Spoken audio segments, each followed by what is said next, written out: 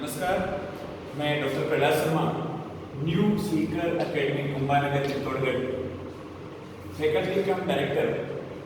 मेरे सभी चहेते विद्यार्थियों के उज्जवल भविष्य की कामना करता हुआ ऑनलाइन क्लासेस की व्यवस्था के तहत 12वीं क्लास का भ्रूणिकी या एम्ब्रियोलॉजी का चैप्टर हम शुरुआत करते हैं।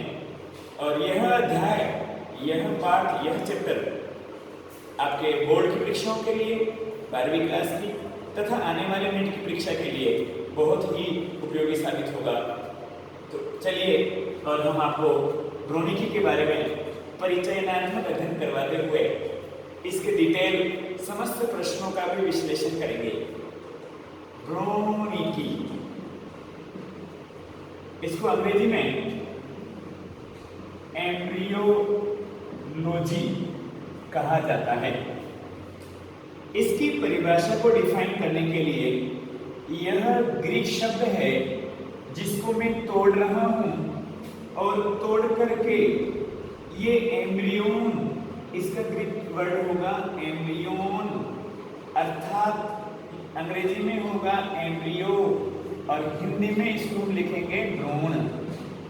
और दूसरा शब्द आ रहा है लोगोस, अर्थात इसको अंग्रेजी में अनुवादित करेंगे टू स्टडी, और हिंदी में करेंगे तो अध्ययन करना, अध्ययन करना।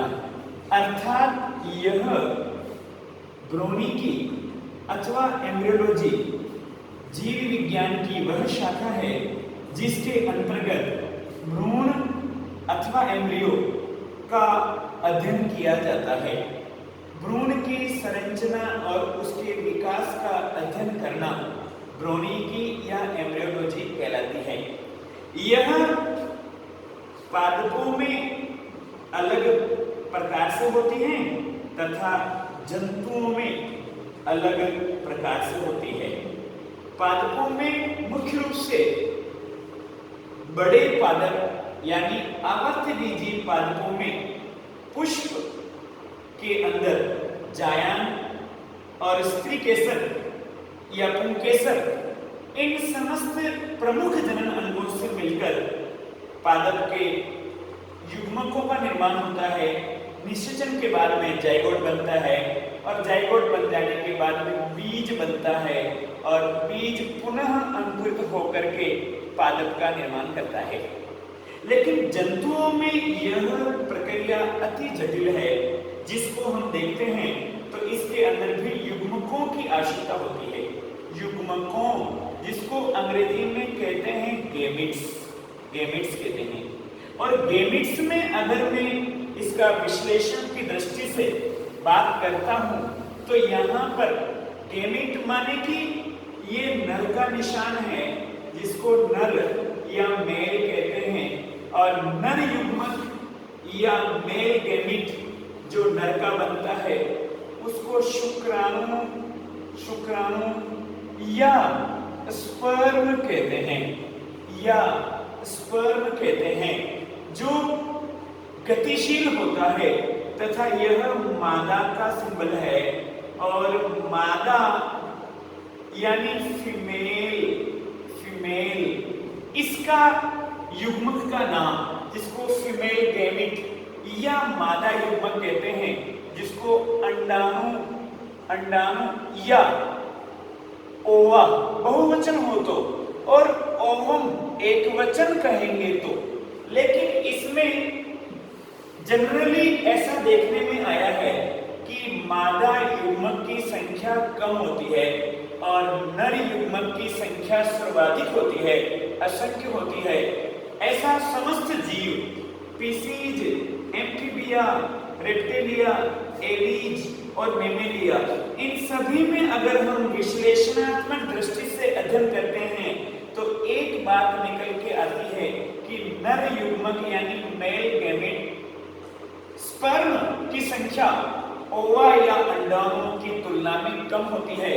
उसको इंग्लिश में अगर मैं बोलूं, इंग्लिश में विद्यार्थियों के लिए, sperms are always at the large range in the numbers and they are survive in water when external fertilization and when they are represent as the internal fertilization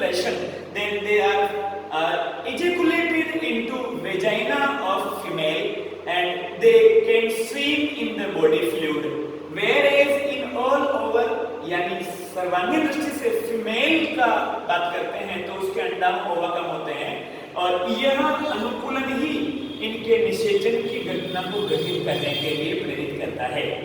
अब इसमें युग्मकों के बारे में यह आता है कि ये अगुणित होते हैं। अगुणित माने इनको कहता हूं मैं हैप्लॉइड कहता हूं मैं। तो अगुणित से तात्पर्य यहाँ इनके केंद्रक में मिलने वाले गुणसूत्रों से संबंध है। जिस प्रकार से मैं उदाहरण के तौर पे बताऊं कि किसी भी कोशिका है, ये कोशिका में बना दिया कोशिका झिल्ली कहेंगे और इसके अंदर यहाँ मैंने बना दिया कोशिका का केंद्रक है यह और इसमें 46 गुणसूत्र है। अब इन 46 गुणसूत्र का मैं विश्लेषण करता हूँ तो यहाँ नर के लिए अलग होगा और मादा के लिए अलग होगा। नर में ऐसा बोलता हूँ मैं 44, 44 ये तो हो गए ऑटोसोम्स यानी अलिंग गुणसूत्र और यहाँ X और Y ये लिंग गुणसूत्र कहलाते हैं। 44, 45, 46 माने अगर मेल सेल है तो इसमें 46 गुणसूत्र इस प्रकार से होंगे जो हमें एक सामान्य कायिक और जननिक दोनों ही प्रकार की कोशिकाओं में अगर हम केंद्रक के अंदर समस्त गुणसूत्रों का अध्ययन करते हैं तो 44 तो होंगे अलिंग गुणसूत्र and XY होगा sex chromosome, 44 are autosomes and XY are sex chromosomes. Then when we are going to total, then 46 chromosomes are found in the germinal and somatic cells of the male animal. In case of female, there are 44 are autosomes and XX 44, 45, 46. It means 46 chromosomes are also found in female. अब ये female की अगर हम बात करते हैं तो 44 तो हैं अलिंग गुणसूत्र और XX हैं लिंग गुणसूत्र और यह 46 क्रोमोसोम होते हैं और ये इस प्रकार से नर में भी 46 हैं मादा में भी 46 हैं। ये कहलाते हैं द्विगुणित अवस्था। इसको बोलेंगे द्विगुणित अवस्था। द्विगुणित अवस्था यानी इसको हम बोलेंगे डिप्लॉइड स्टेज ऑफ क्रोमोसोम। और मैं अभी यहाँ बता रहा था हैप्लॉइड नंबर ऑफ क्रोमोसोम, अगुणित जो संख्या है गुणसूत्रों की। तो ये संख्या अगर हम शुक्राणु की बात करेंगे क्योंकि इस 46 की आधी इसमें मिलेगी और 46 की अगर आधी मादा में बात करते हैं तो भी 23 इसमें मिलेगी। तो यह 23 अगर मैं कहता हूं शुक्राणु में 23 गुणसूत्र का विश्लेषण करूं तो 22 तो हैं अलिंग गुणसूत्र और X अथवा Y। अगर इसकी बात करूं तो मैं या तो X ले लीजिए या Y ले लीजिए। तो इसमें दोनों ऑप्शन आ जाते हैं कि 22 इसको मैं इस तरीके से भी लिख सकता हूं कि अगर मैं बात कर रहा हूं X या मैं Y की बात कर रहा हूं तो इस तरीके से 22 और X 23 हो गया, 22 और Y 23 हो गया। लेकिन मादा में उल्टा मामला है। मादा में मिलने वाले अलिंग गुणसूत्र 23 अगर इसका मैं विश्लेषित स्वरूप प्रदान करूं तो 22 प्लस X होगा अर्थात यहाँ पर एक X और एक X क्योंकि यहाँ पर लिंग गुणसूत्र अलग अलग नहीं है, ये दोनों ही सेम है, समान है। तो इनको हम इस प्रकार से लिख सकते हैं। यहाँ मैं और कॉम्पिटिटिव स्टडी पे जाता हूँ, बोर्ड के मार्क्स लाने की 12वीं की स्टडी पे जाता हूँ तो ऐसा आता है कि 22 प्लस X गुणसूत्र लेता हूँ तो ऐसे शुक्राणु को बोलेंगे गाइनोस्पर्म ये अथवा मादा शुक्राणु। और अगर मैं 22 प्लस Y को लेता हूँ और अगर इसकी स्टडी करता हूँ तो इसको बोलेंगे एंड्रोस्पर्म अर्थात नर शुक्राणु जो नर का निर्माण करेगा निषेचन के बाद में और X गुणसूत्र है जो मादा भ्रूण का निर्माण करेगा निषेचन के बाद में। इस प्रकार ये अगुणित गुणसूत्रों की स्थिति यहाँ आ जाती है जो मैंने बोर्ड पर प्रदर्शित किया है और मादा में गुणसूत्र आ जाते हैं जिसको मैंने इस प्रकार से प्रदर्शित किया है। अब मैं इसका निषेचन की बात करता हूँ कि ये निषेचित होकर के ये बनाएंगे और फिर बाद में द्विगुणित कोशिका बनेगी। लेकिन इनका निर्माण कहाँ होता है? तो इनका निर्माण हमारे शरीर में मुख्य रूप से दो प्रकार की कोशिकाएं पाई जाती है। पहली कोशिका होती है, दो टाइप की कोशिका होती है जिसको अपन सेल्स कहते हैं अंग्रेजी में। और इनको अगर मैं बात करूं तो पहली होती है कायिक कोशिका, कायिक कोशिका। और इस कायिक कोशिका को अंग्रेजी में बोलते हैं सोमेटिक सेल्स बोलते हैं। और यहाँ मैं बात करता हूँ कि जननिक कोशिका, दूसरी जननिक कोशिका, जननिक कोशिका, जिसको अंग्रेजी में भी आपको जानना आवश्यक है। इसको हम कहते हैं जर्मिनल सेल्स बोलते हैं इनको। और ये तो मिलती हैं पूरे शरीर में, मनुष्य के और विभिन्न जंतुओं के बहुत सारी संख्या में, लेकिन ये केवल दो अंगों में मिलेगी, मात्र और मात्र। अगर मैं पुरुष की बात करता हूँ या नर की बात करता हूँ तो ये मिलेगी केवल और केवल वृषण में मिलेगी। वृषण जननिक अंग कहलाते हैं, जिसको अंग्रेजी में टेस्टिस कहते हैं, जिसको अंग्रेजी में टेस्टिस कहते हैं। और मादा की बात करता हूं तो यहाँ पर ये अंडाशय के अंदर आती है, अंडाशय, यानी इसको बोलेंगे ओवेरी, ओवेरी अंडाशय बोलेंगे यहाँ पर। अब अंडाशय से अंडों का निर्माण होना अंडाणु जनन कहलाता है। और वृषण या टेस्टिस से शुक्राणुओं का निर्माण होना शुक्राणु जनन कहलाता है। और शुक्राणु और अंडाणु ये दोनों युग्मक है। तो मैं ऐसे बोलना चाहता हूं कि परिशोधित और दोनों को समाहित करके कि जननिक कोशिका के वृषण से शुक्राणु का निर्माण होना तथा अंडाशय से अंडाणु का निर्माण होना कहलाता है युग्मकों का निर्माण। और युग्मकों का निर्माण होता है तो उसको बोलते हैं युग्मक जनन, युग्मक जनन कहते हैं, युग्मक जनन, जिसको अंग्रेजी में कहते हैं गेमीटोजेनेसिस, गेमीटोजेनेसिस बोलते हैं इसको। तो ये गेमीट का जो निर्माण हो रहा है, अब इनको गेमीट बोलेंगे, युग्मक जनन बोलेंगे। अब गेमीट को मैं ऐसे कह सकता हूं कि युग्मक जनन में दो प्रक्रियाएं हैं। पहली प्रक्रिया में यहाँ दिखाता हूँ और दूसरी प्रक्रिया यहाँ दिखाता हूँ और परिभाषित स्वरूप में चर्चा करता हूँ। तो हम सभी के समक्ष ये बात आती है कि मनुष्य के वृषण की जनन कोशिकाओं में समसूत्री तथा असूत्री विभाजन होने से शुक्राणुओं का निर्माण होना शुक्राणु जनन कहलाता है। इसी प्रकार महिला या मादा की जननिक कोशिका जो अंडाशय की है उसके अंदर अंडाणुओं का निर्माण होना अंडाणु जनन कहलाता है। नर युग्मक शुक्राणु और मादा युग्मक अंडाणु के निर्माण होने की क्रिया युग्मक जनन या गैमेटोजेनेसिस कहलाती है। अब गैमेटोजेनेसिस अपने आप में एक बड़ी प्रक्रिया है जिसको मैंने बताया, पूरा सिखाया। इसमें विभिन्न प्रश्न बन सकते हैं। मान लीजिए जैसे मैं यहाँ से बात करता हूँ कि निम्नलिखित एक प्रश्न आता है, अगर मैं चर्चा करता हूँ इसी टॉपिक को जो मैंने पढ़ाया उसको आधार मान करके कि NEET national eligibility entrance test जो डॉक्टर बनने के लिए एग्जाम दी जाती है उसमें प्रश्न पूछा जाता है।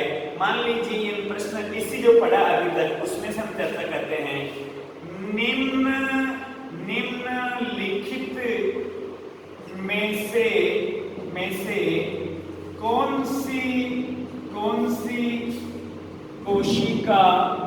कौन सी कोशिका युग्मक है।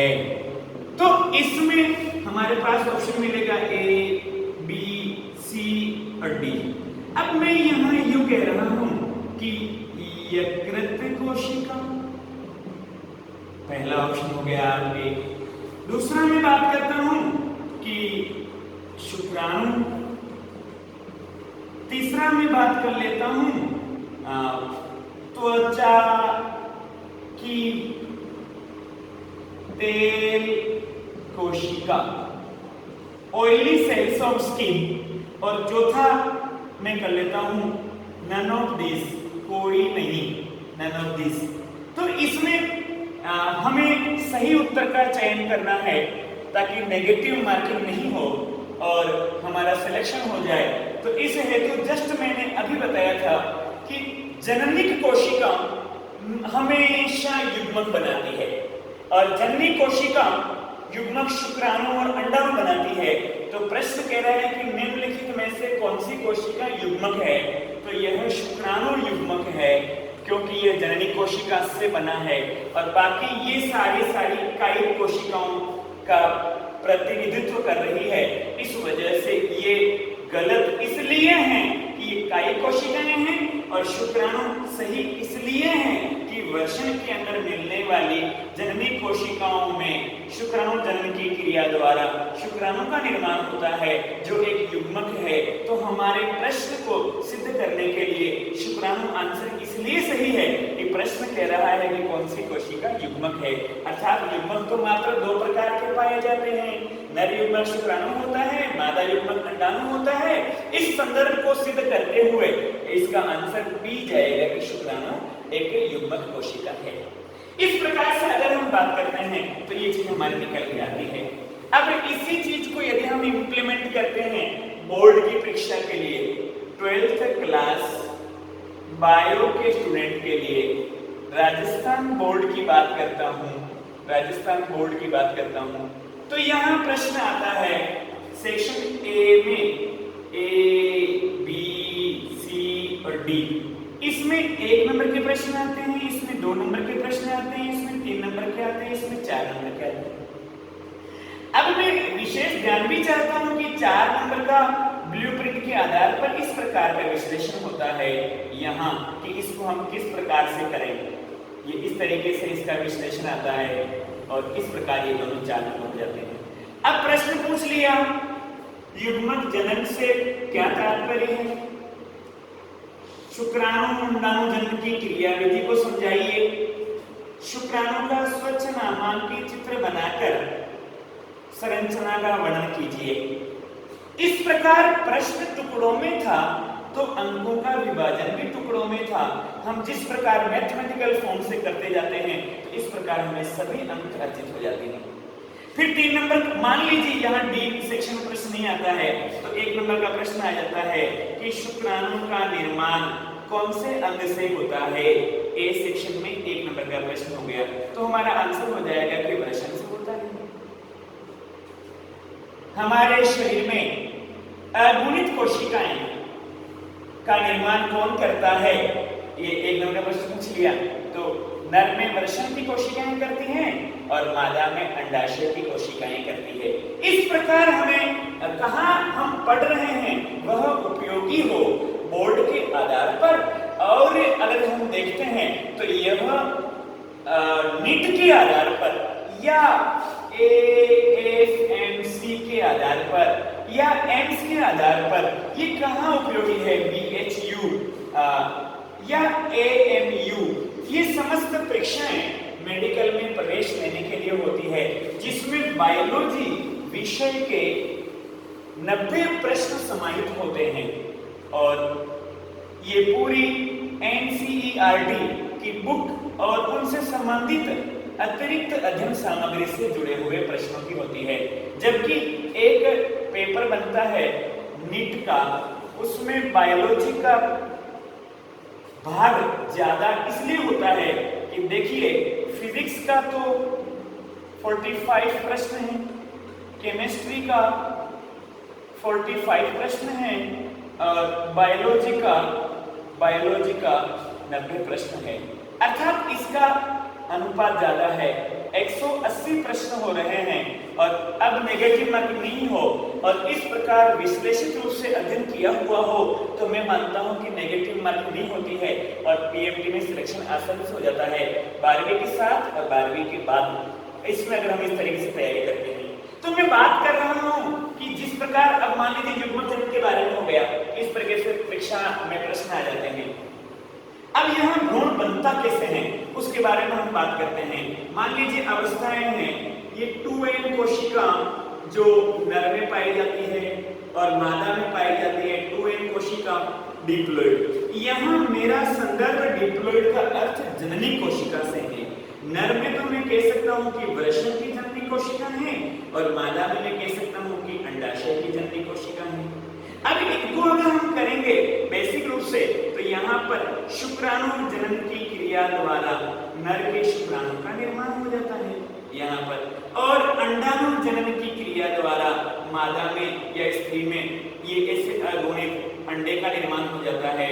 इसको बोलते हैं अंडाणु जनन की क्रिया, और अंडे का निर्माण हुआ, और शुक्राणु जनन की क्रिया, शुक्राणु का निर्माण हुआ, और दोनों नर युग्मक शुक्राणु मादा युग्मक अंडाणु का निर्माण हुआ, उसको युग्मक जनन क्रिया कहते हैं। अब ये आपस में मिल जाते हैं, यह क्रिया कहलाती है निषेचन।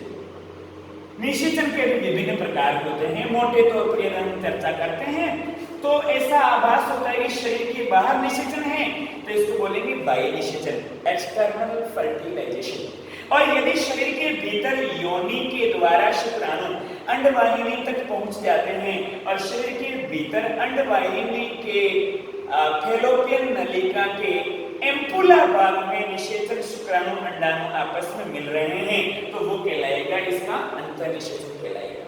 अब निषेचन हो जाने के बाद क्या होगा, तो ये N और N मिलकर के वापस 2N की अवस्था स्थापित हो जाती है।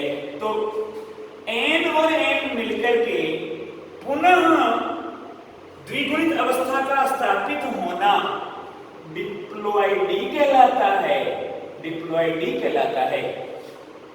ये परीक्षा प्रश्न पूछते हैं बोर्ड में, डिप्लॉइडी से क्या तात्पर्य है। नीट में पूछते हैं डिप्लॉइडी किससे संबंधित घटना है, तो सीधी सट बात है कि हमारे शरीर में द्विगुणित कोशिकाएं पाई जाती हैं।